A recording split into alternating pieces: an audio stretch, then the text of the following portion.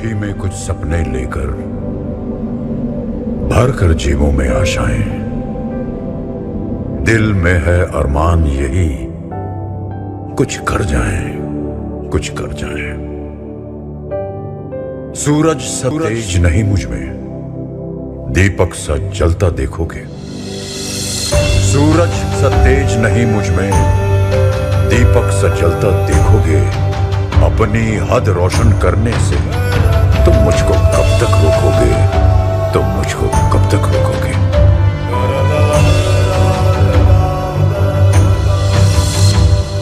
मैं उस माटी का वृक्ष नहीं जिसको नदियों ने सींचा है।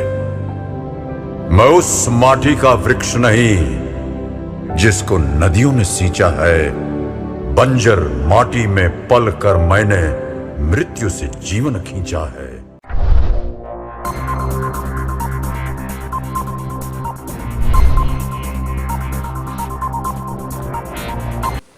गुड मॉर्निंग बच्चों, आपका स्वागत है एक बार फिर से तेजस्वी पब्लिक इंटरमीडिएट के ऑनलाइन कक्षा में। आज हम लोग क्लास 9 में फिजिक्स के चैप्टर गति भाग 9 के अंतर्गत गति का ग्राफी निरूपण के बारे में पढ़ेंगे। हम लोग ग्राफ से विवेचना करेंगे अलग अलग ग्राफ के बारे में। स्थिति समय ग्राफ, वेग समय ग्राफ, त्वरण समय ग्राफ, जिसमें पहला टॉपिक होगा हम लोगों का स्थिति समय ग्राफ, पोजीशन टाइम ग्राफ, जिसे हम लोग शॉर्टकट में एसटी ग्राफ भी कहते हैं। तो एसटी ग्राफ क्या है? किसी गतिशील वस्तु के विस्थापन और समय के बीच में जो हम ग्राफ ड्रा करते हैं उसी ग्राफ को हम लोग स्थिति समय ग्राफ कहते हैं, जिसमें समय को हम लोग x अक्ष पर और विस्थापन को y अक्ष पर ड्रा करते हैं।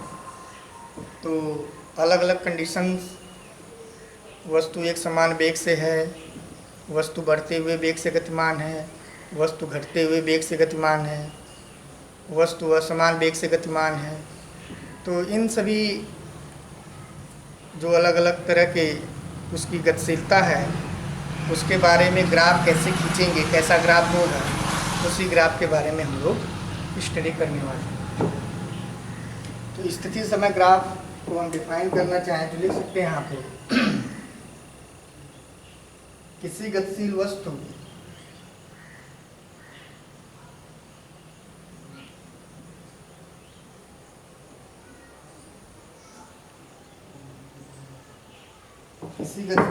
की विस्थापन तथा समय के बीच खींचे गए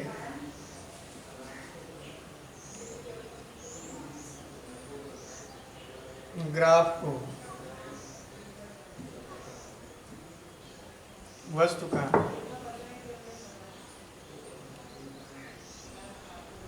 स्थिति समय ग्राफ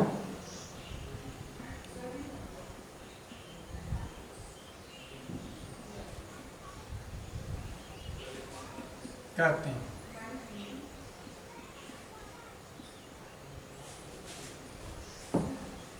तो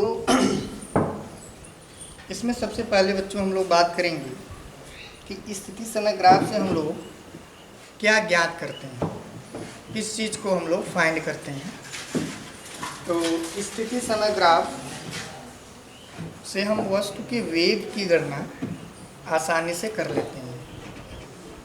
तो इसमें बहुत सारे ग्राफ खींचे जा सकते हैं, लेकिन पहले हम लोग वस्तु के वेग की गणना करते हैं स्थिति समय ग्राफ से। अगर बात की जाए कि वेग की गणना कैसे करें, तो इसके लिए हम लोग एक ग्राफ ड्रा करेंगे। और ये एक समान वेग से गतिमान वस्तु के केस में मेन कॉन्सेप्ट यहीं से क्लियर होगा। तो यहाँ पर हेडिंग डाल देते हैं बच्चों का स्थिति समय ग्राफ से वस्तु के वेग की गणना।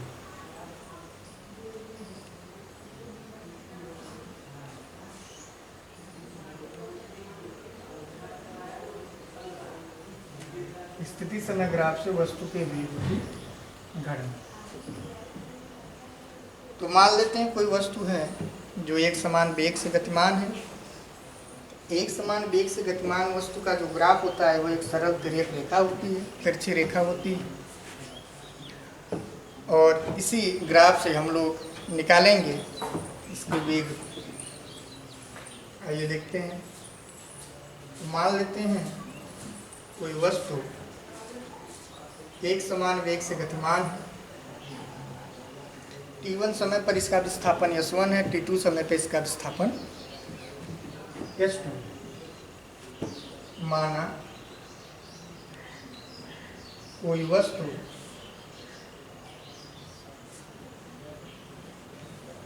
एक समान वेग से गतिमान t1 समय पर इसका विस्थापन s1 तथा t2 समय पर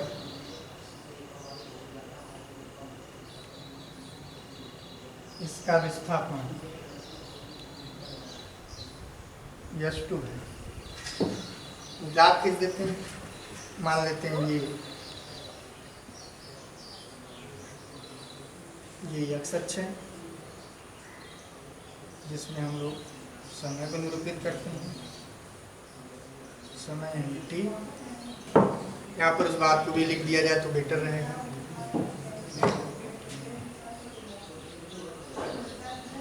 समय को x अक्ष पर तथा विस्थापन को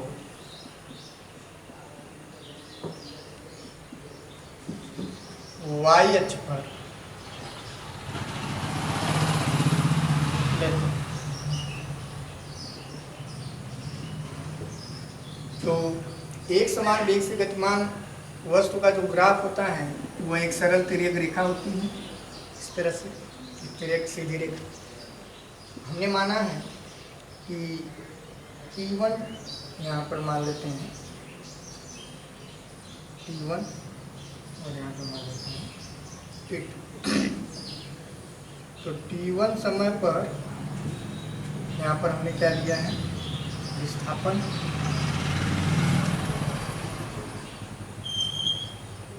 विस्थापन को y अक्ष पर, विस्थापन को हम लोग लिखते हैं यस। t1 समय पर उसका विस्थापन कितना है, s1। और t2 समय पर उसका विस्थापन कितना है, s2। अगर इस टाइम इंटरवल में हम बात करें t1 से t2 तक, यहाँ पर हम पॉइंट ड्रा कर देते हैं बच्चों, ए और बी। तो ये जो यहाँ से यहाँ तक का टाइम इंटरवल कितना हो जाएगा, t2 माइनस t1, क्योंकि मूल बिंदु से समय यहाँ से यहाँ तक t2 है और यहाँ से यहाँ तक t1 है। तो हमें इतना निकालना है, तो इतने में से इतने की टर्म हटा देंगे। इसी तरह से इस पॉइंट BC को देखना हो, AC t2 माइनस t1 हो गया, BC देखना हो तो B से लेके t2 तक नेट विस्थापन s2 है और C से लेके t2 तक उसका विस्थापन s1। तो BC में उसका विस्थापन s2 माइनस s1। तो यहाँ पर एक लाइन और लिख देते हैं, समयांतर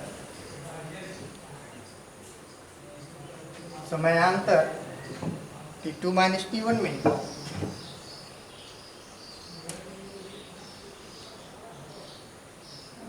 का नेट विस्थापन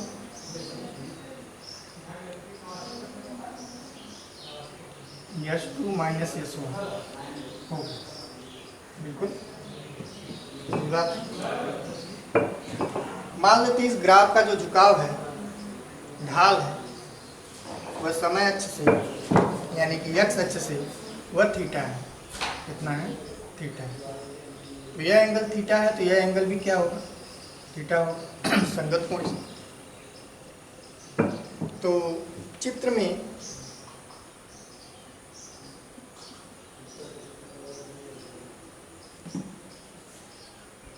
तो पहले तो हम लोग वेग की गणना करते हैं, जो फार्मूले से हम लोग जानते हैं वेग बराबर क्या होता है।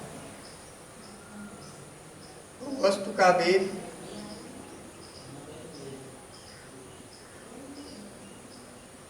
v बराबर नेट विस्थापन बटे समयांतराल, यानी विस्थापन बटे समयांतर, विस्थापन बटे समयांतर। तो समयांतर T2 माइनस T1 में उसमें विस्थापन कितना हुआ? S2 minus S1।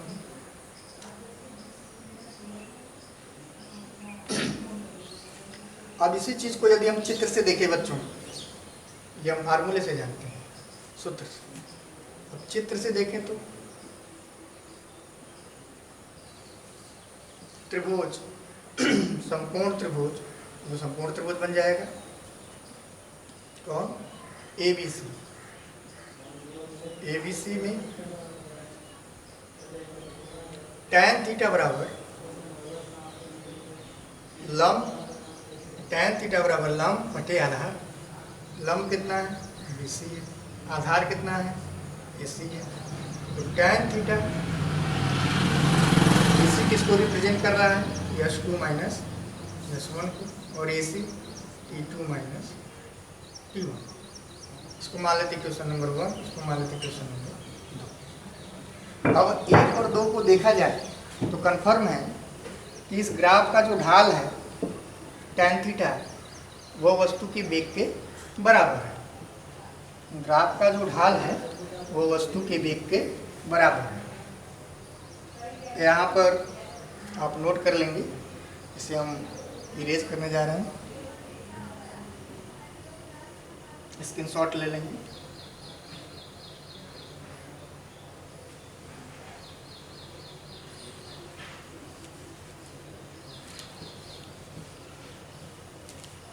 तो 1 तथा 2 से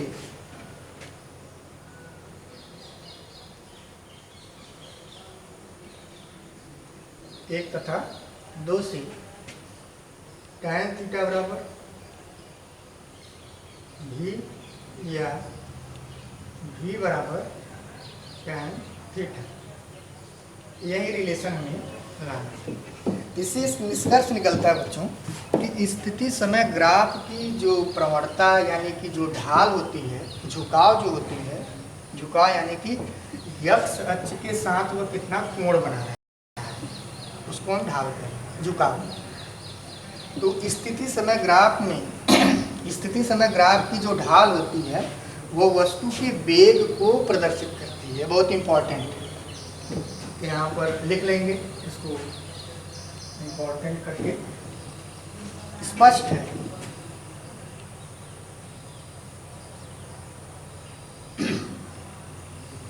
स्पष्ट है स्थिति समय ग्राफ की ढाल से हम लोग प्रवणता कहते हैं। प्रवणता झुकाव भी कहें, वस्तु के वेग को प्रदर्शित करती है, प्रदर्शित करती है।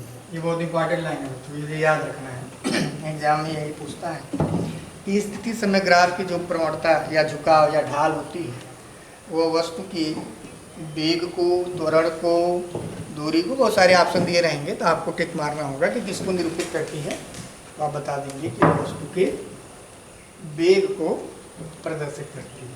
अब ये कॉन्सेप्ट क्लियर होने पर हम लोग आगे इसके भिन्न भिन्न प्रकार के ग्राफों को खींचेंगे और उसमें उसका झुकाव, जो भी ग्राफ खींचेंगे उस ग्राफ का x अक्ष के साथ झुकाव देखेंगे कि वो झुकाव बदल रहा है कि नहीं बदल रहा है, घट रहा है, बढ़ रहा है। इन्हीं बातों को ध्यान में रखते हुए हम लोग उसके वेग के बारे में डिस्कशन करेंगे, वेग को बताएंगे।